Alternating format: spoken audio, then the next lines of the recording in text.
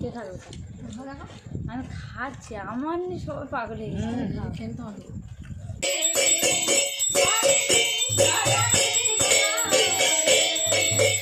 Hello everyone, কেমন আছো তোমরা সবাই? আশা করছি তোমরা সব খুব ভালোই আছো, আর আমরা আছি বেশ ভালো।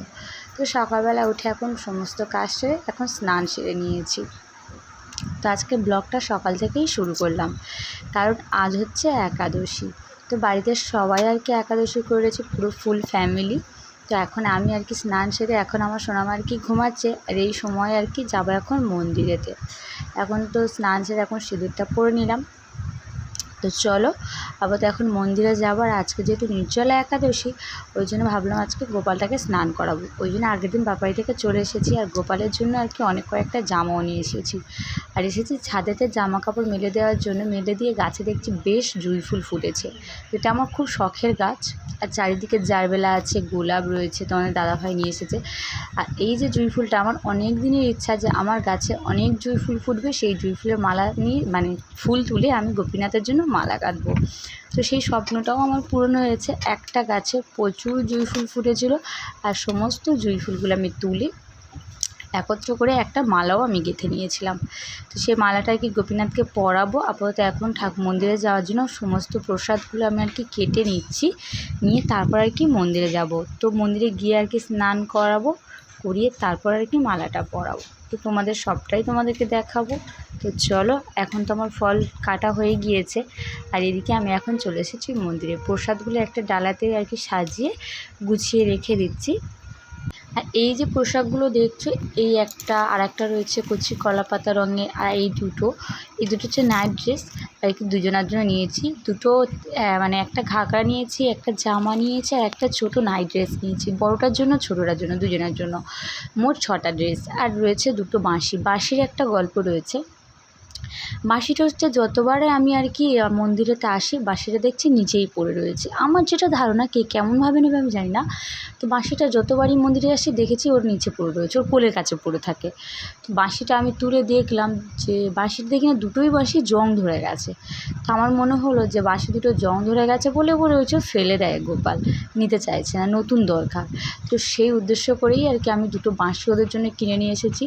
আর এখন আমার ছোটো গোপুসোনাকে স্নান করানো হয়ে গিয়েছে, এখন বড়টাকে বসিয়ে রেখে দিয়েছি, বড়টাকে আমি এখন স্নান করাইনি। তো সেই কারণে দুটো বাঁশি আমার কিনে নিয়ে আসা। তো এদিকে দেখতে দেখতে আমাদের তো স্নান করানো হয়েই গিয়েছে, আর এখন আর কি আমার গোপাল সোনাকে আর কি মানে সাজিয়ে দিচ্ছি, যেমন পারি যতটুকু পারি সেইটুকু দিয়ে আর কি সাজিয়ে দিয়েছি। আর একটা হ্যাঁ, গোপালের চুলটা একটু নষ্ট মতন হয়ে গেছে, তার জন্য একটা চুল কিনে নিয়ে এসেছি। কিন্তু চুলটা ঠিক আমার মনোগত হলো না, নিয়ে এসেছি তখন ঠিক ছিল, পরানোর পরে ঠিক সেট হলো না, ঠিক মনের মধ্যে একটা খুঁতখুঁত রয়ে গেল। তারপরে এখন আমি করে দিচ্ছি বড়টাকে স্নান। কি অপূর্ব লাগছে, মুখটাকে দেখতে খুব সুন্দর মিষ্টি লাগছে। স্নান করতে গেলে আমার না ভীষণ ভালো লাগে, আমার যেন নজরই সরাই রাখতে পারি না। তো এখন আর কি পোশাকটাও তো পরিয়ে দিলাম, হারটাও পরিয়ে দিলাম, মুকুটটাও পরিয়ে দিলাম। কেমন লাগছে অবশ্যই কমেন্টে জানিও আমার গোপুসোনাকে। আর এখন দুজনকে সিংহাসনে বসিয়ে দিয়েছি, ফুল দিয়ে সাজিয়েও দিয়েছি। আর গোপুসোনার জন্য একটা ছোট্ট করে মালাও গেঁথেছিলাম, যার কারণে একজনের গলায় পড়েছে, আরেকজনের গলায় পড়েনি, তবে পরের দিন দেবো। আর এই যে জুঁই ফুলের মালাটা যদি একটু ছোট হয়ে যেত, তার কারণে 3টে গোলাপও দিয়ে দিয়েছি। কেমন লাগছে জানি, আমার তো ভীষণ ভালো লাগছে। তো এখন হয়ে গেছে বিকাল, তো সারা দুপুর কেউ আমরা ঘুমাইনি। তো বাড়িতে সবাই এখন বসে রয়েছে। সন্ধ্যেবেলা আর কি ভগবানের ফল প্রসাদ কেটে ভোগ লাগানো হবে, লাগানোর পর তারপর আর কি প্রসাদ পাবো আমরা সবাই। তো সারাদিন কেউ জলও স্পর্শ করেনি।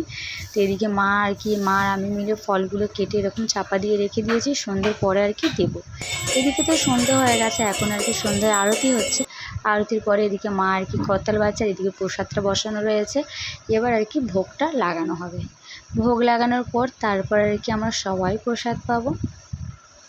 সারা দিন উপোস থাকার পরে না তত আর খেতে ইচ্ছেও করে না কারোর, তো তবুও খেতে হবে, সেই কারণে সবার জন্য ফল এদিকে কেটে দিয়েছি কলা পাতাতে, আমাদের একাদশীর থালি। তো এদিকে বাবা খাচ্ছে, আর ওদিকে আমাদের প্রভুজি বসে রয়েছে, ও একটা প্রসাদ আর কি তুলে নিয়ে খাচ্ছে, আর মা ওদিকে একটু জলেতে মানে নুন দিয়ে আর কি খাওয়ার ইচ্ছে খাচ্ছে। তো চলো আজকের ব্লগটা এখানেই শেষ করলাম। কার কেমন লাগলো অবশ্যই জানিও। আর এদিকে মা আমার খাওয়ার জন্য জোর করছে, আমি বলছি না আমি খাবো না, পরে খাবো। তো চলো টাটা, দেখা হচ্ছে নেক্সট ব্লগে।